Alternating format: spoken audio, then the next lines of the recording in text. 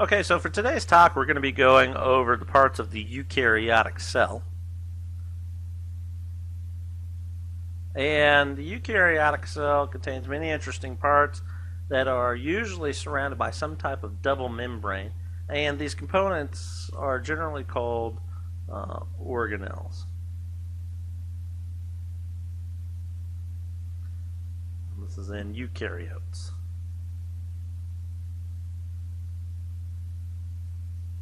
And we first discussed that one of the first important items that we're going to see with the cell is the structure that will basically keep everything inside the cell. And this is going to be the plasma membrane. And the plasma membrane, its purpose is going to serve as the gate.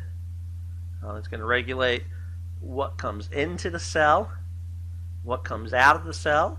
Okay, so the cell are going to need it's going to need nutrition. It's going to need products, it's going to need oxygen, whereas the cell is also going to produce waste products. It's going to deliver stuff out if it needs to send messages, hormones, whatnot. It's going to have to get across this plasma membrane. But we just don't want anything to come in, we just don't want anything to come out. And so this plasma membrane, its main job is to regulate stuff moving in and moving out.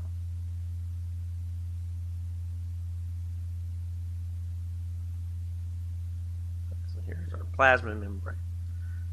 The next structure that I think is going to be important to talk about is where our blueprints are for the cell, where the important information is kept as far as making new components or new things that the cell is going to need, or other components of the body or other cells might need. And these blueprints are going to be contained in an organelle called the nucleus. And the nucleus is a membrane-bound structure. And in here, we're going to predominantly find our genetic information called DNA. So in here we have the nucleus, and we'll have DNA. And there'll be other items, and we would get more specific into it a little later on. But in a broad categorization, just because we're looking at where the parts are right now, this is the nucleus, and in it we're going to find the DNA. Now, moving out from the nucleus is another structure, very important structure. It actually undergoes what we call a very reticulating pattern. And it too is made up of plasma type membrane material, the same material that our plasma membrane is going to be made out of.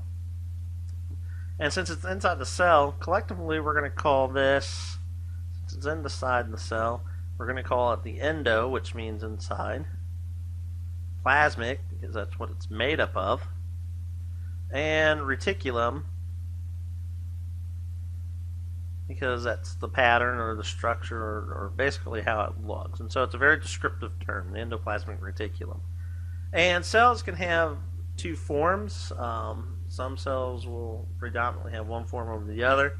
A majority of the time, the major form is going to have very rough patterns to it, and these rough patterns are because there's other small structures on it called ribosomes.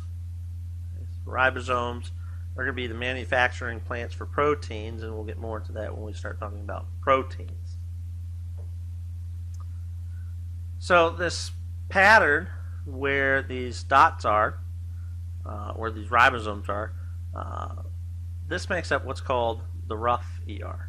We can have the rough ER, and the area without these patterns, this over here, this makes up what we would call, because it's not as rough looking, we call it the smooth ER. And they have very distinct functions. The rough ER is going to be very heavily involved in proteins, such as the fact that we see a lot of ribosomes associated with them. The smooth ER, on the other hand, has a couple other different functions. One, we see it involved with making cholesterol. And we also see it very heavily involved with detoxifying.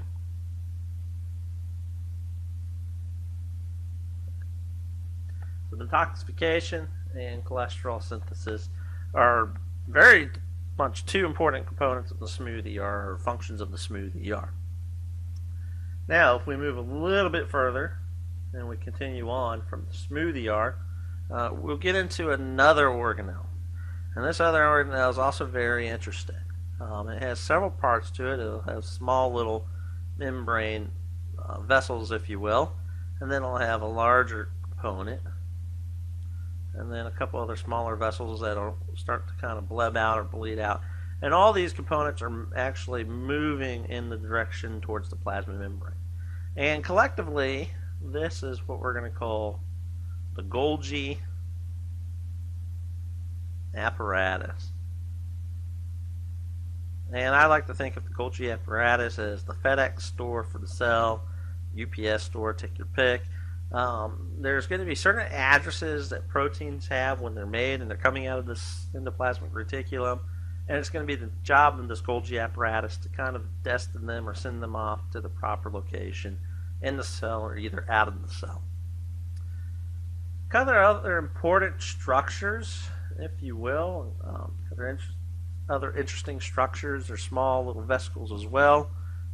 They can kind of act like the garbage keepers for the cell, and these are very acidic in nature inside. They'll contain a lot of acid type of material and a lot of enzymes that will act on those acids or preferably act in those acids. And what we're going to call that is something called a lysosome. Lysosome.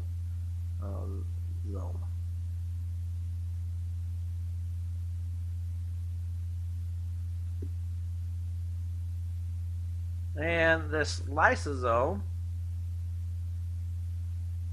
is basically going to help break down waste products. If there's things coming in the cell that needs to be broken down, then those will be broken down as well.